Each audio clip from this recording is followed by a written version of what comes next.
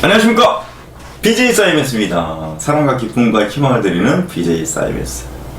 아프리카 TV의 시청자 한 분께서 일반 상대성 이론에 대해서 설명해 달라고 말씀을 하셔서 제가 지금부터 시작하겠습니다. 나아질 거다님 잘 보십시오. 아시겠죠?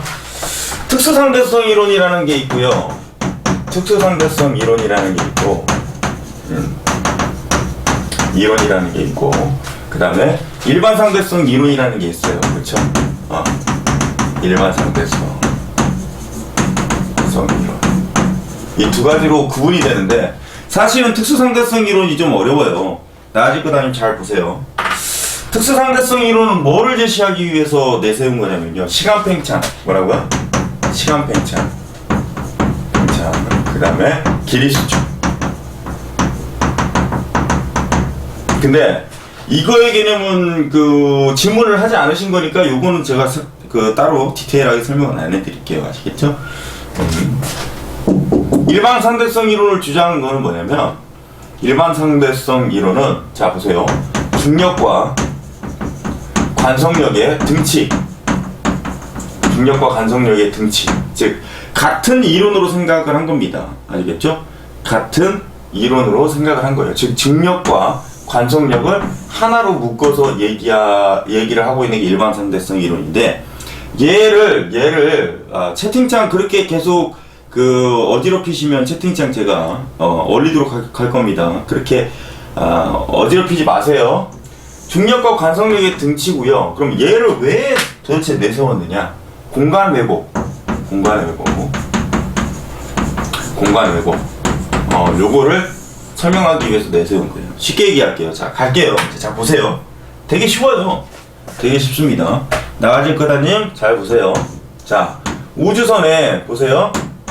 우주선에 이렇게 우주선이 지구에 있습니다. 어디에 있다고요? 지구에. 자, 지구에 우주선이 있어요. 지구에 우주선이 있고, 지구에 우주선이 있고요. 자, 보세요. 자, 보세요. 그 다음에 이쪽에다 그릴까? 하나는 우주 공간에 있어요. 자, 우주 공간에 있습니다. 우주선이 이렇게. 우주선이 우주 공간에 있어요. 자, 여기에 나아질 거다님이 이렇게 탔어요, 지금. 여기에 나아질 거다님이 탔어요. 그리고 우주 공간에서도 나아질 거다님이 탔습니다. 탔어요. 오케이? 탔습니다. 그러면 지구상에 나아질 거다님이 지금 우주선에 타고 있다면 지구의 중력을 받겠죠. 자, 지구의 중력을 받을 거예요. 그죠? 지구의 중력을 받을 거야. 그럼 중력가서 또 G값의 영향을 받으니까, 오케이? 나아질 거다님의 질량의 M에다가 mg, 그러면 결국은 뭐예요? 중력을 받았네. F가. 그러니까 나아질 거다님은 어떤 느낌이냐면, 아래로 쏠린다라는 느낌을 받아요. 그래서 여러분, 우리가 서 있으면 다리가 되게 아프죠? 되게 아플 거 아닙니까? 그죠? 다리가 되게 아프겠죠? 왜요? 중력 때문에 아픈 거예요. 중력 때문에. 밑으로 쏠리고 있다. 아시겠죠? 그래요. 오케이. 그래서 지구의 중력권에서는 내가 지금 중력을 받고 있구나, 아래쪽으로 느낄 수 있다라는 거예요. 근데 여기는 지금 우주잖아요. 우주. 그러면 우주 공간에서는 두 가지를 생각해 봅시다. 두 가지를 생각해 봅시다. 두 가지.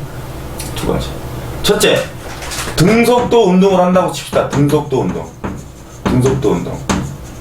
그럼 등속도 운동 한다는 얘기는, 자, 이걸 위에 좀 뺄게요. 뉴턴의 제2법칙.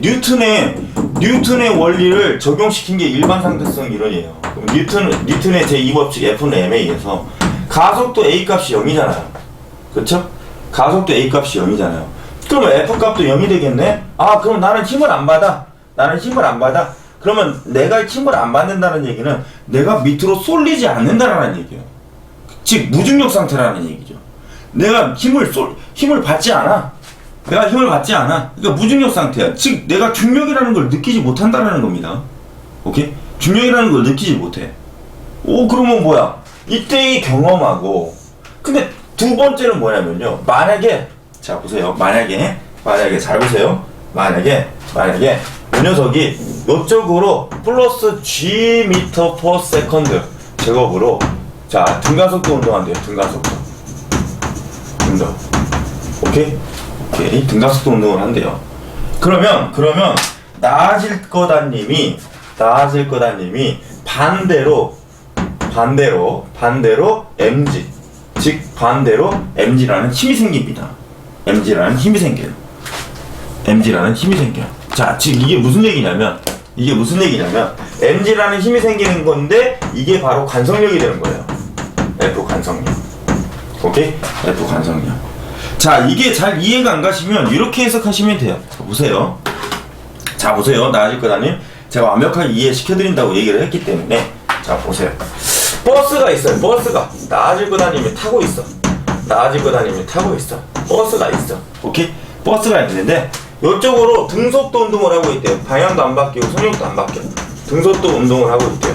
그러면 나아질 거다님이 버스를 타고 가는데 이 버스가 등속도 운동을 한다면 손잡이를 놓고 서 있을 수가 있어요. 안 쏠려. 반대쪽으로 안 쏠려.